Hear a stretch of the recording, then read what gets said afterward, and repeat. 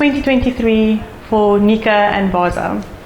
There's a very recent and exciting development, a co-management agreement. Yeah, the co-management agreement for Nyika Vwaza is very innovative. It starts the process of now enabling the creation of a legal entity, the Nyika Vwaza Conservation Co-Management Trust. And this trust is a partnership between Parks Foundation on the non-profit, let's say, civil society side, the Government of Malawi, and then also the communities, the leadership of the communities represented there. The trust oversees then the management of the park, the two parks, Nyika and Vwaza. They're situated next to each other. You know, I think what is exciting on the one hand, it paves the way for support from a long-term donor that we are still waiting for the final confirmation that I can't disclose at this moment. But it is significant in the sense that the Government of Malawi, being very, I would think, progressive in their thinking about the future of conservation and conservation management, where they and Parks designed a new model of conservation where you take the best of both worlds. So in the case of traditional management models where NGOs support conservation areas, you either have what we call a delegated model where the NGO takes over the full management and control of the park. They take responsibility and accountability and full accountability. And on the other side of the spectrum is where NGOs support governments through technical and financial support. So the government is in full control and the partner provides the support, technical and financial. But there's nothing in between. And so in other words, the partnership is never necessarily really balanced. It's either on the one side or the other side, and the negative side of that is you don't have the full benefits of both parties. So when you merge this, as we are doing now, it may be a little bit more complicated, but then you have the benefits of having government and the private sector sitting around the same table.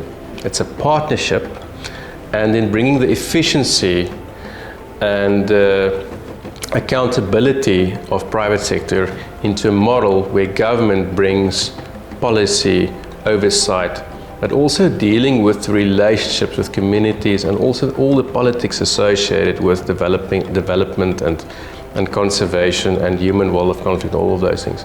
So merging these two worlds into a structure where there's parity, where there's equality, where both parties can contribute, I think is extremely exciting. Seems very technical, but it is definitely a true partnership.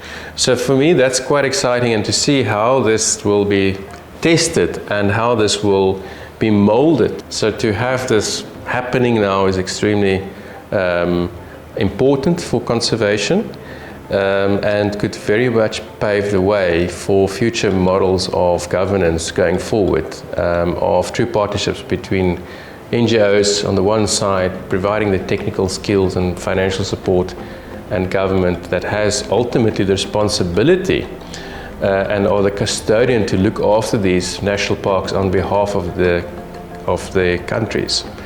And there's kind of a third partner in this, is obviously the communities that live around these conservation areas. Yeah. And at the end of 2022, there was this beautiful fence launch that is going to significantly reduce human wildlife conflict.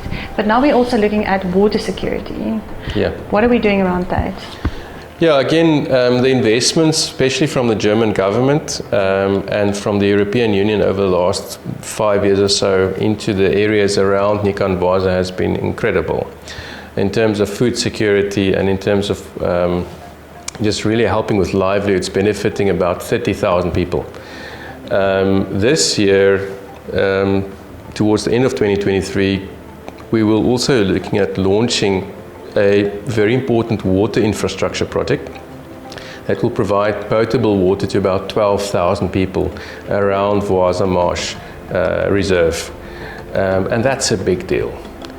And if you think people at the moment have to take water out of quite a dangerous area where they compete for the water with crocodiles and hippos, and the water is not clean, to moving to a place that we will have, hopefully by the end of the year, where 12,000 people will have water reticulation to their doorstep, I think is significant.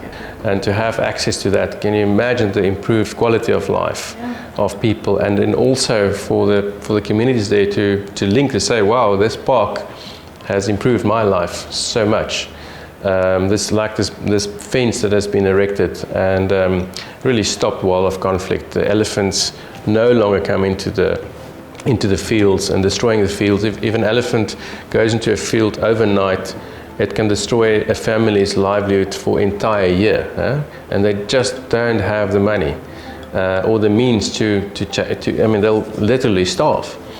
So to stop that has been a major achievement, and then now to augment that with water, I mean, just our hats off to the German government and to invest in these type of schemes, which is so underappreciated, undervalued, but so critical. Yeah. I think what brought that home for me, the importance of water security and food security, is in Malawi they talk about when the hunger comes. It's something that arrives in a village.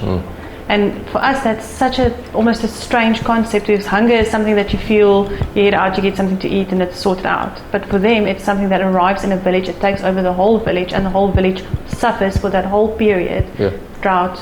So I mean, securing food and water for these people is going to be an absolute game changer, and also change the way that they see the conservation areas around them. The pressure on water resources, I mean, it will just become worse. So water security is going to be absolutely key, food security, you know, one cannot have the luxury of I suppose, well-functioning, well-resourced parks and people next door starving. So that balance is so critical. Yeah, so Nyika National Park, oldest and largest national park in Malawi, has an incredibly important role to play in livelihoods and food security for people. And we not always appreciate the value of these protected areas. And our rough estimates indicate that about 10% of the annual inflow into the lake to replenish Lake Malawi comes from Nyika National Park alone, and that's incredible if you think about it. And that what's important to note is that about 9 million people are directly dependent on Malawi, Lake Malawi, on the Malawian side. So there's a Tanzanian side and the Mozambican side, which is probably also those numbers.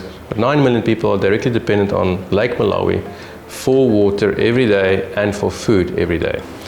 So a park like this suddenly becomes incredibly important, and if you translate it directly back, 900,000 people, 10% of that 9 million people just on the Malawi side then is directly dependent on Nyika National Park to survive every single day of their life. Puts it in context of the importance of protecting intact ecosystem services. Nature-based solutions is the new buzzword, but this is really a prime example of the importance of keeping wilderness areas intact, keeping ecosystems functional.